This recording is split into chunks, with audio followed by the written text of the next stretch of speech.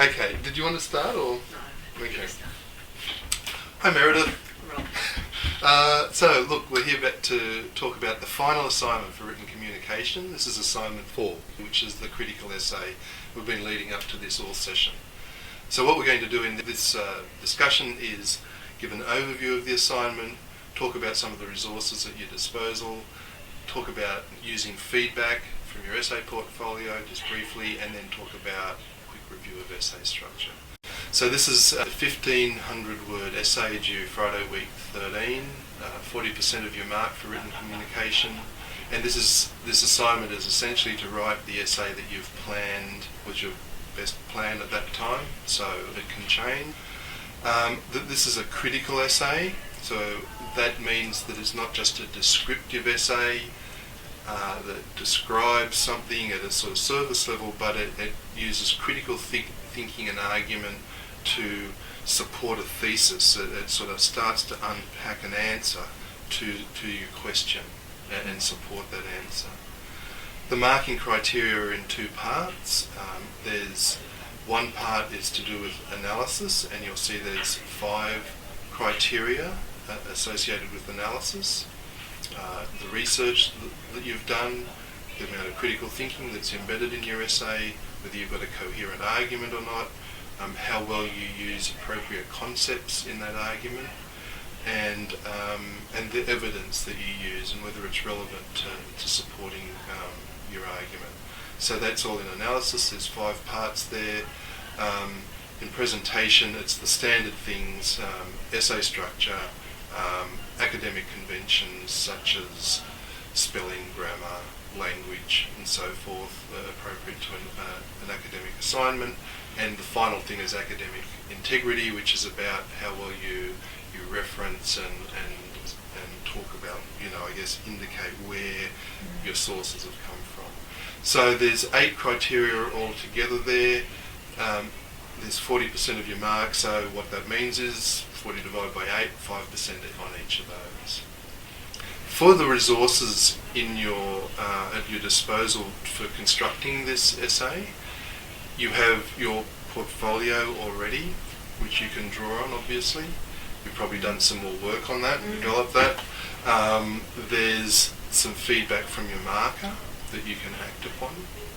There's the Chapter 9 from the textbook by Grelier and Gurka. And there's a range of academic skills development guides that you can find also. And don't forget, apart from those guides, you've also got MyCU forums and the tutorial where you can ask either the librarian, ask somebody from ASD about your assignment, as well as your tutors. So there's plenty of support as you go on and put this together. So in terms of that essay portfolio, as Rob said, it was your best effort at the time, and your thinking might have changed since then, but it'll give you a great foundation.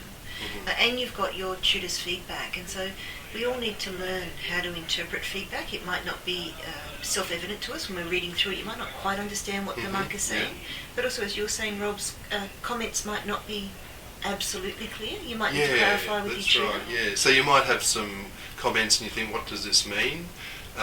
So don't be afraid to ask your tutor about the feedback that you've got and anything that you don't quite understand. And that's really helpful for us as markers, because we become aware about how we're sometimes a bit vague or don't quite say what we mean, and so that's helpful for both of us to learn a bit through this. So always do that. And I think tutors approach feedback as one of those learning moments. It's part of the learning relationship. It's one of the few times they get to give you direct, specific guidance about your writing and ideas. Yeah. And so there's a bit of thought into those comments. There can be great gems in those comments that can help you reshape the essay portfolio into the essay, and that's what you're moving through, this writing process from the plan into the full-blown essay. And so just keep in mind that writing is a process, and it can take multiple goes to get it right, to get your head back into it. Is that what you see? I think so. And often it's you're learning through doing here, aren't you? So it's writing the essay and getting it going that's going to help you learn about the things that we're going to talk about now. Yeah, it's a great point. So we often write to think at uni, and that's what you'll be going through now. And so we'll move on to the essay structure. And so all of this is covered in your Grolier textbook, but also the study guide, and we're just really recapping. Yeah, that's right, yeah. And so the basic essay structure, and this is what you'll be following, has an introduction, a body, and a conclusion. And so it's a very rigid kind of structure in that sense. The introduction is the first moment with the reader, and it's where you tell the reader what you're going to do. In the body of the essay, it's where you do it. And in the conclusion, it's where you tell the reader what you've just done. So you can see it's a very linear, repetitive style of writing. It's one pathway from the very beginning. And that introduction tells the reader what you're going to do, but it's also your direct answer to the set question. And so once you've got that direct answer to the set question, it flows all the way through the essay right to the end. And it's what gives it its linear structure. It's all about that one thing, your answer to the question, and you evidence and explain that answer, that thesis. Yeah. And I was just thinking that in the marking criteria where we talk about structure, this is what we're looking for. So we're going to be thinking about this as markers and give you feedback on this. And getting the structure sorted strangely helps you get your argument sorted. The structure and the argument are really closely tied in an essay, so getting them sorted will help you with your thinking. And so if I move on to the introduction, so it's that one paragraph, it's the first moment with your reader, the gate into your essay, and it's normally structured this way, that you have a hailing statement, that is a greeting statement, and that normally states the subject or the topic of the essay, the broadest thing you can say to the reader. And we're not talking about ice falling from the sky here. No, we're talking greeting, like hailing a taxi, Yeah. getting someone's attention, Yes. saying, hey, look at this is interesting, and I've Yes. got something to say, that type of thing. And so you want it to be an interesting, grabbing kind of first sentence if you can. It could be some interesting fact or a statistic, or something that grabs the attention and is about the topic. You want your reader on side from the beginning, and that helps. Then you move into your thesis statement, which is your main claim or direct answer to the set question, and you normally try and get that into a sentence or two, and you often start with the phrase, this essay argues, or I contend, to flag the reader. That's what it is, your thesis statement. Often you'll put in the limits of your argument, that you're discussing X but not Y, that you're talking about critical literacy in preschools but not in high schools. Yeah. Remote Aboriginal communities rather than Aboriginal communities throughout Australia, all sorts of things that will be relevant to your essay question. And then you provide a map of the essay, and that's literally a listing out of the order of discussion in the essay, the way you present those points in your essay. So by the time your readers read the introduction, they know the topic of the essay, they know your answer to the question, they know the limits of what you're going to discuss, the fence that you've put around the area of discussion, and then they know the order of discussion, your supporting points, and the order you're going to offer them in. There's absolutely no surprises after that introduction. No surprises. So this isn't a keep something till the end and do the magic reveal. It's as you say, it's a standard, really stepped through process of describing your argument. And when you're putting the introduction together, it can be good to literally tick off those elements just to make sure you've got them and that they're in the order. It can feel quite mechanical, but once you get the hang of that routine and that structure, it'll become second nature. Yep. And so then if I move on to the body of the essay, it's made up of paragraphs, and each paragraph is 1 point, a group of sentences about 1 point. And we know that a paragraph has a topic sentence where you state the point or your claim for that paragraph, and that's what keeps it coherent.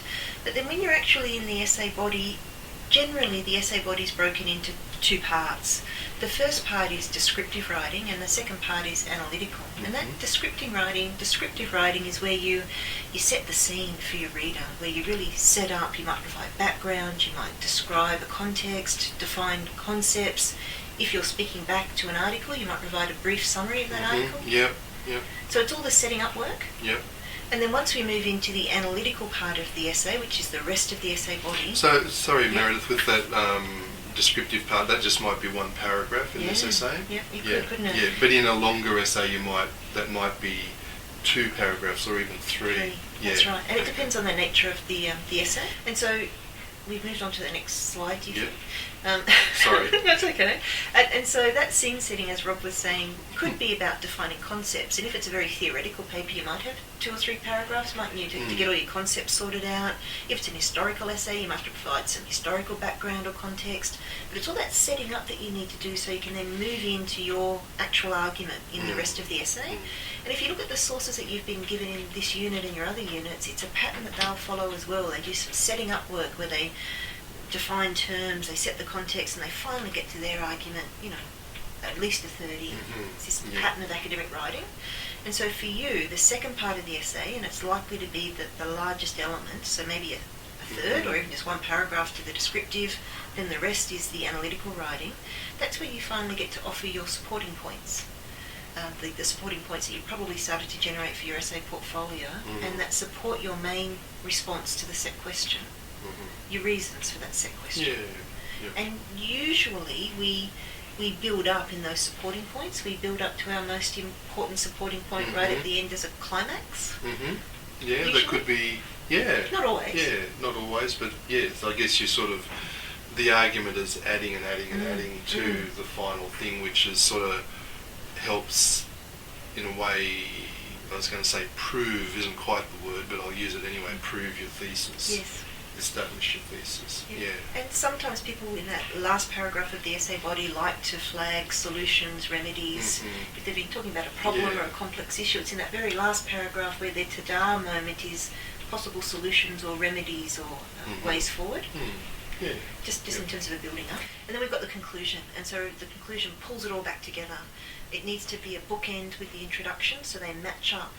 So remember, it's reasonably repetitive writing. So while the introduction's starting out, the conclusion pulls it all back together and uses a more conclusive tone. You've proven to your marker, or you've persuaded your marker by this point of your case, so you can be more conclusive.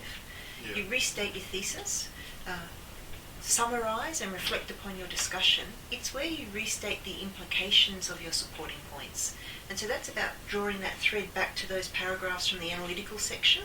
The why bother? So what about your supporting points? It's where you condense it down into a couple of sentences at the end. And would you think students might finish on a question, or might finish on a sentence about the significance of this as a wider... They could do that, yeah. I know as a marker I will forgive a lot if the conclusion's really tight. So I can see things have gone a little bit off course in the middle. They're a pretty good start, I've got a clear sense of what the essay's about. Things have gone a little bit off centre in the middle, but they pull it all back together in the conclusion. It's the last moment with me, and I can really see. I'm wondering about you. If the introduction is clear and the conclusion is clear, then people often focus on those two things, and you'll know from your own reading for this assignment how often you look at the introduction and the conclusion to see if there's something relevant here or not. So these are two really important parts of your essay.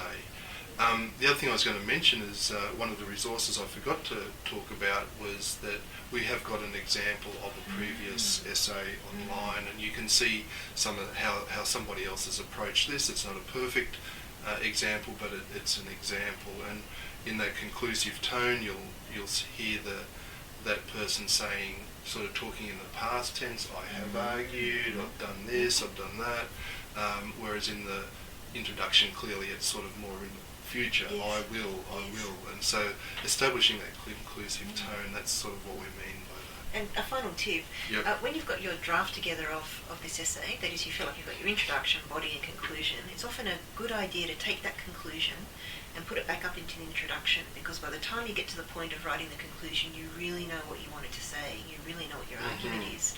Move that back up to the introduction, come back through and tidy up your essay and rewrite the conclusion. Oh, okay. It's just often we figure out what we want to say by writing it. Yeah, so by the time you get to the end, you really know what you wanted to say. That's you can true. Be quite direct up front. So in a strange way, the introduction is perhaps written best at the end. Once you really know what you want to say. But some people like to write their introduction early because it gives them a map. I think everyone develops their style. And it's hard sometimes to start something without starting at the beginning, isn't it? So, but I guess what we're saying is you do need to leave yourself time to reflect on the essay that you've written and to come back and revise it. Such a great point. You've invested so much time in this already. Putting aside half an hour to edit would help you just push your grades up and make the most of all your work. For sure. Read it out aloud even. That's it. So all the best with the essay, and that's the last assignment in written communication. Good luck. Good luck. That went Great. a bit, didn't it? But anyway, that's all right. It wasn't too bad actually. I think there is some stuff we can edit out, but